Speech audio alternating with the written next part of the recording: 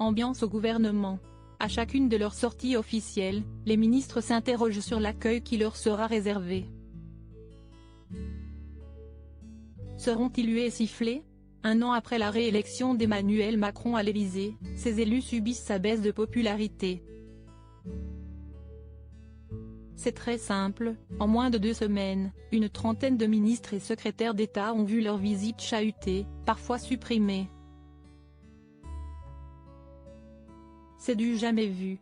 Et c'est parti pour durer encore quelque temps, déplore un membre de la Macronie aux Parisiens. Ça devient fatigant, lâche un ministre sous couvert d'anonymat à nos confrères, ce jeudi 27 avril. Déjà qu'on n'arrive plus à se faire entendre dans l'hémicycle à cause du brouhaha organisé par les oppositions. Si, maintenant, c'est la même chose quand on se déplace, alors je me demande à quoi on sert. Un autre a l'impression d'être envoyé comme de la chair à canon sur le terrain. Supérieur à découvrir les ministres du gouvernement bornés face aux tensions, Emmanuel Macron prend une décision quand une vingtaine de mecs vous accueillent avec des casseroles, le bruit devient tellement assourdissant que de toute façon, on ne peut pas discuter.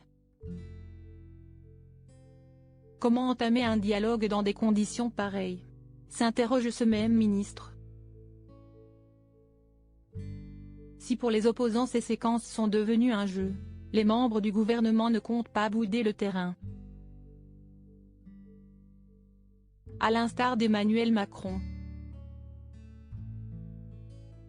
Comme le veut la coutume, il assistera ce samedi 29 avril à la finale de la Coupe de France au Stade de France.